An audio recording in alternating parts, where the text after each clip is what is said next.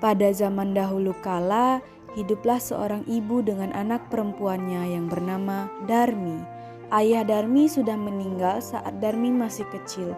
Dahulu mereka hidup berkecukupan, namun setelah ayahnya meninggal, ibu Darmi harus bekerja keras di ladang demi hidup mereka. Karena setiap hari bekerja di ladang, kulit ibu Darmi jadi semakin gelap dan berat tubuhnya pun menyusut. Semua dilakukannya demi Darmi, putri satu-satunya. Namun apa yang dilakukan Darmi? Ia tidak mau membantu ibunya. Kerjanya setiap hari hanya berdandan. Dia juga enggan keluar rumah karena takut kulitnya menjadi gelap seperti ibunya. Suatu hari ibu Darmi akan bekerja di ladang. Ia akan bekerja sampai sore sebab musim panen telah tiba. Ibu Darmi berkata pada Darmi, "Nah, Darmi, maukah kamu memasak untuk hari ini, nak? Karena siang ini ibu tidak bisa pulang karena harus menyelesaikan panen kita. Nanti jika kamu sudah selesai memasak, maukah kamu membawakan ibu makanan ke ladang?" "Ah, masak? Gak mau, Bu. Aku udah mandi. Nanti badanku bau tungku. Lalu kalau aku ke ladang membawa makanan, nanti kulitku bisa hitam kayak ibu."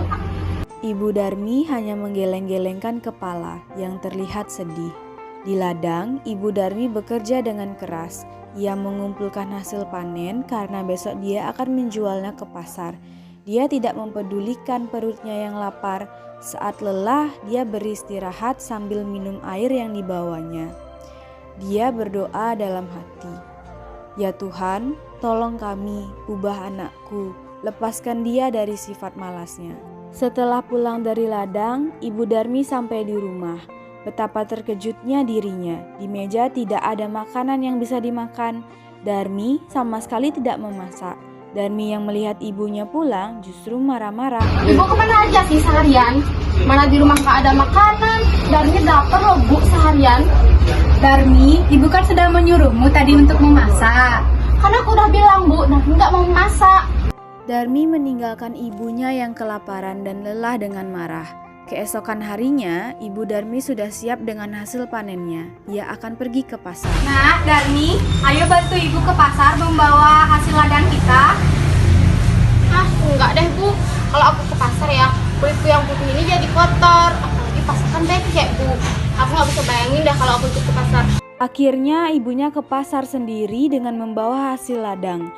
Setelah pulang dari pasar, Darmi mengetahui bahwa ibunya membawa cukup uang yang bisa ia gunakan untuk membeli bedak. Selama perjalanan menuju pasar, Darmi memberitahukan ibunya untuk berjaga jarak karena dia malu jika berjalan bersama ibunya. Tiba-tiba di tengah perjalanan, ada seorang teman Darmi yang menghampiri dan bertanya, "Hai Darmi, Deva, kamu mau kemana?" aku mau ke pasar." Oh, itu siapa? Ibu kamu ya? Dia bukan ibuku, dia pembantuku. Oh, pembantu. Iya, pembantu. Betapa sedih ibu Darmi mendengar, namun hanya ia tahan dalam hati. Ramai sekali tadi di pasar ya? Ya, ini banyak sekali ada ibu-ibu jualan. Mesti kita mau kemana, Dan? Ke rumahku aja gimana? Yuk. Yuk. Mereka melanjutkan perjalanan ke pasar. Darmi bertemu dengan temannya Kamu mau yang kemana? lain. Dani, aku mau ke pasar.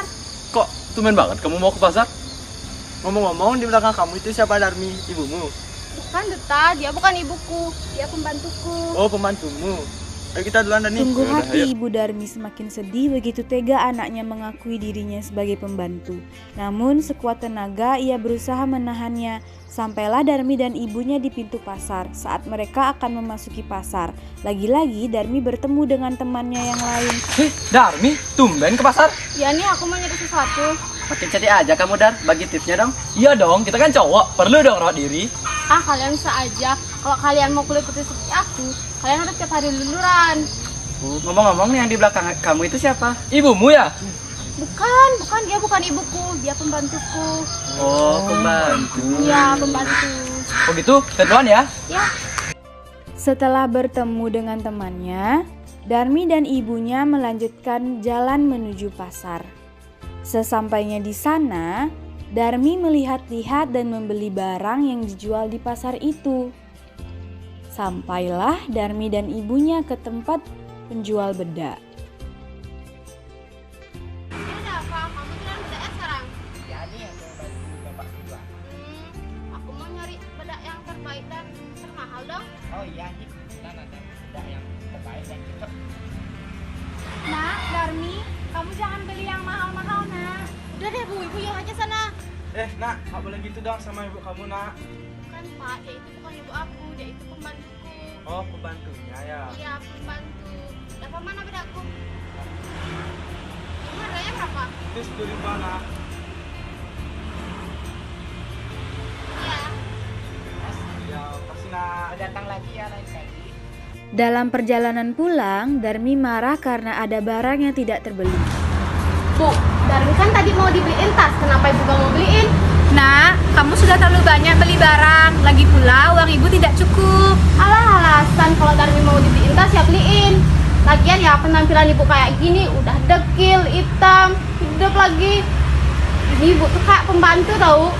Ibu Darmi tak kuasa menahan air matanya, maka ia pun berdoa. Ya Tuhan, berilah anakku pelajaran. Aku sudah tidak kuat lagi dengannya. Sekiranya kau berilah dia pelajaran agar dia jera. Setelah Ibu Darmi selesai berdoa, tiba-tiba Darmi terjatuh dan menjerit. Sedikit demi sedikit, Darmi berubah menjadi batu. Ibu Darmi menangis pilu.